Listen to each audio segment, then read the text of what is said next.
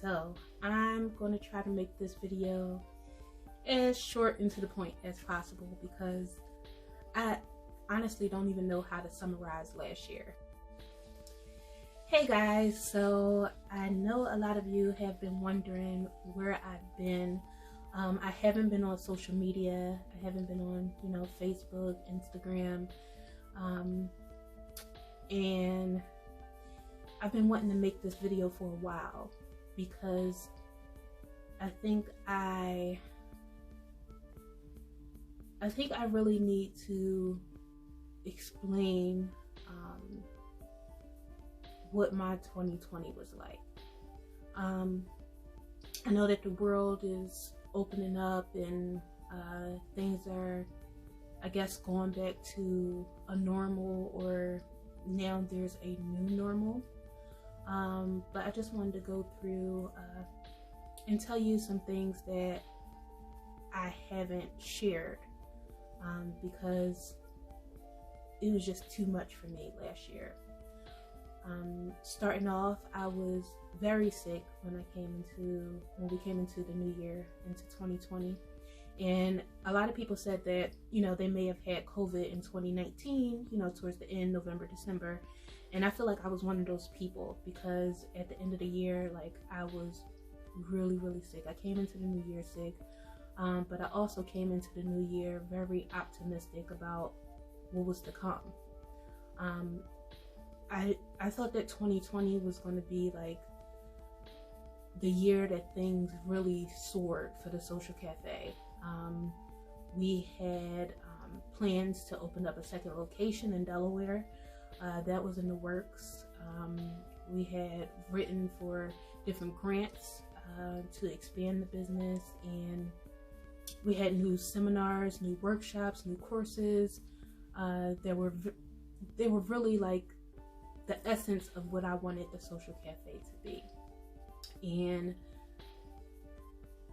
shortly after the courses started, there was an announcement from the governor that non-essential businesses had to close, and I really didn't know what to do. I felt like even though my business was sewing, and people teach sewing online all the time, I felt like my core customer and my members would be slighted if I did just online classes. I felt like we really needed to be in person. So from there, I really didn't know what to do. But the next day, I received a message, or maybe somebody tagged me in the post about there being a shortage of PPE. So as a sewing company, I'm like, well, this is what we need to be doing. We need to be helping those in the hospitals. So we started. So the people who were part of the Social Cafe, members of the Sewing with Cha-Cha Nicole group on Facebook, we all worked together to get it done. And we sold masks for hospitals, for rehabilitation centers, for homeless shelters, doctor's offices, dentist offices, pretty much anyone who needed them, we had them for them, and we were donating, also selling them, and it was a lot. Well, it was a whole lot of work. A lot of us were overworked. I actually can't think of anybody who was in my circle at the time that wasn't overworked. We were making masks all the time. I may have slept for maybe 4 hours a night, if that, and then sometimes I would stay at the cafe just because it's okay, it would be too much to go home, sleep for 4 hours, get dressed, come back. It was just let's just make this happen because people need them and I want to be able to supply them. It was just too much for me. I overdid it. And if you know me, if you really know me, then you know that I overdo it sometimes. Let me give you some examples. So in 2019, I was finishing up my master's degree. So I was in the master's program full-time. I was teaching at the university, fashion design, full-time. I was also working at the Social Cafe. We had just opened the year prior. Yeah, so sometimes I just work and work and work, and it can become a bit much. Like, I even remember a time, I think this was also 2019, where I was judging a pitch competition at the university, and it was too late to go home. So I got a hotel room, and I also had to do grading that night. So I came to the hotel room, I did grading until about midnight. I laid down to go to sleep, and maybe about an hour and a half later, I felt like biting on my stomach, and I immediately got up, and there was bed bugs at the hotel. I jumped up, I got in the shower, I went to the front desk. They actually were no help at all. And I had 3 classes to teach that next day, a full schedule. And I guess someone else would have probably called out, and I know that that's what I should have done, but instead, I went to the school, I parked in the parking lot, I slept in the car, and the next day I came in and I taught all 3 of my classes. And I honestly don't know. I don't know why I'm like that. I don't know why I'm wired that way. I definitely don't have anything to prove. I don't know. To me, when I have obligations or I say that I'm going to do something, I try my best to get it done. And that's been a downfall. And last year it was really a downfall. And so anyway, last year, I was thinking after, doing the mass, doing so many masks, being overwhelmed, and also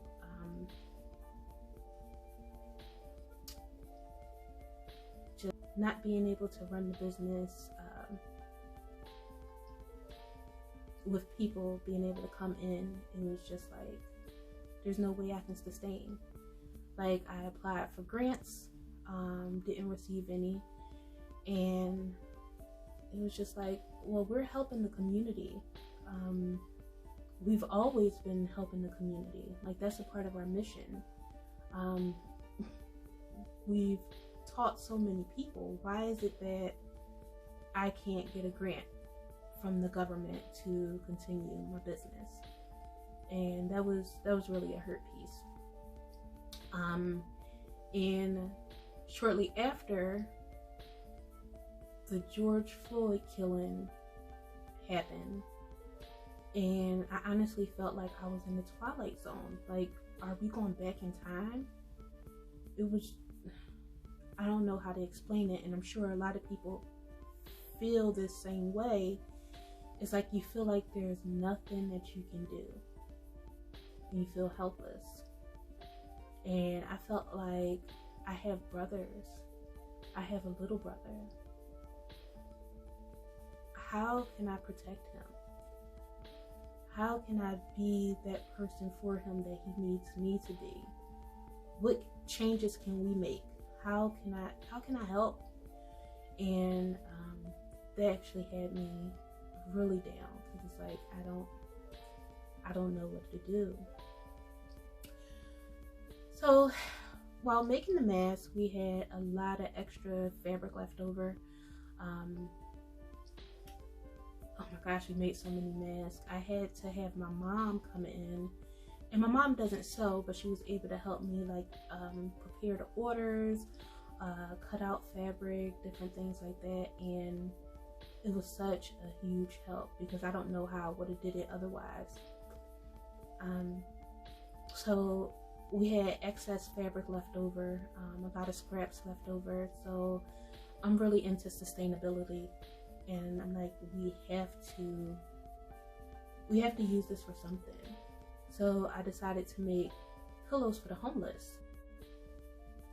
So in order for me to make the pillows for the homeless, I had to shred up the excess fabric that was left over from making the mask.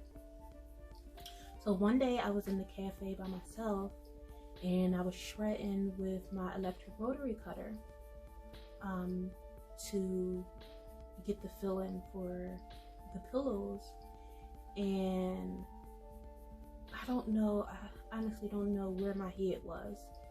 And my gloves were sitting right there, my protective gloves for the electric rotary cutter.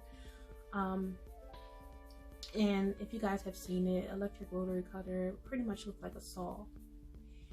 And all of a sudden, it grazed over my thumb, and I cut the top of my thumb off.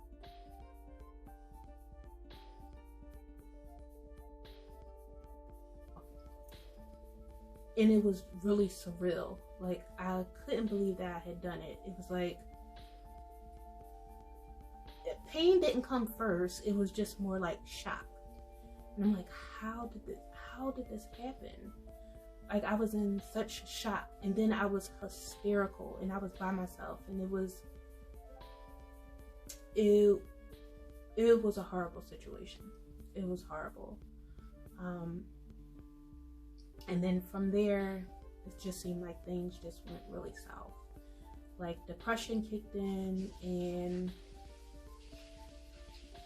honestly, I just felt like I wanted to disappear. Like, I just wanted to disappear. It was like, this is just too much for me. This is too much for me. What am I supposed to do? Like, my business is gone. And in that moment, I felt like I had failed. That I failed the people that I was supposed to have been uplifting and educating and instructing. I felt like I failed them.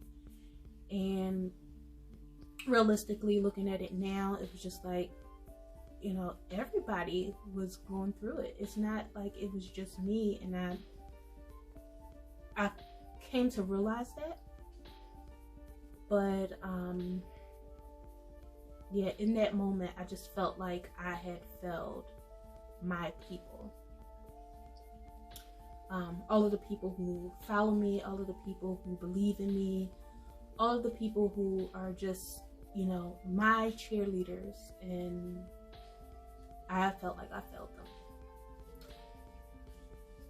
So one day I was watching a video, and this is when things started to change a bit.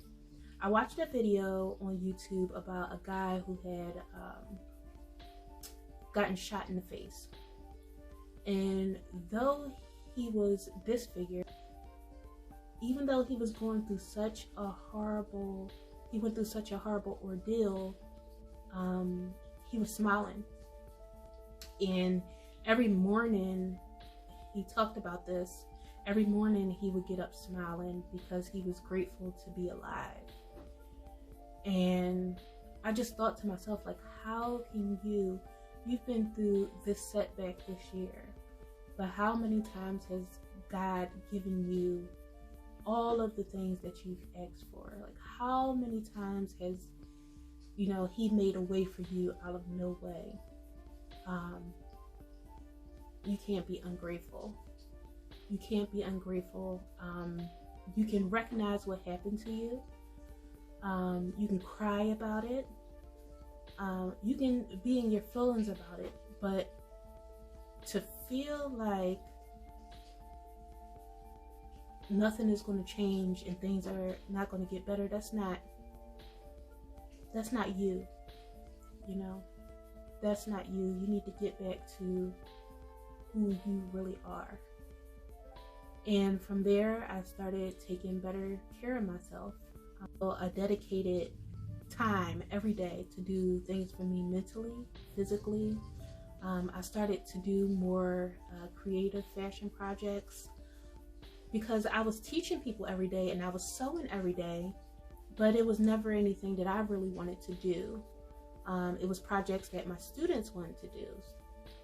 So sewing is something that would make me happy before. Pattern making is something that made me happy before. So it's like, I want to work on projects that make me happy, aside from just work. So I worked on a project with Suburban Square, where I did a reindeer exhibit, doing high-end gowns for reindeers, like something that you wouldn't even think of.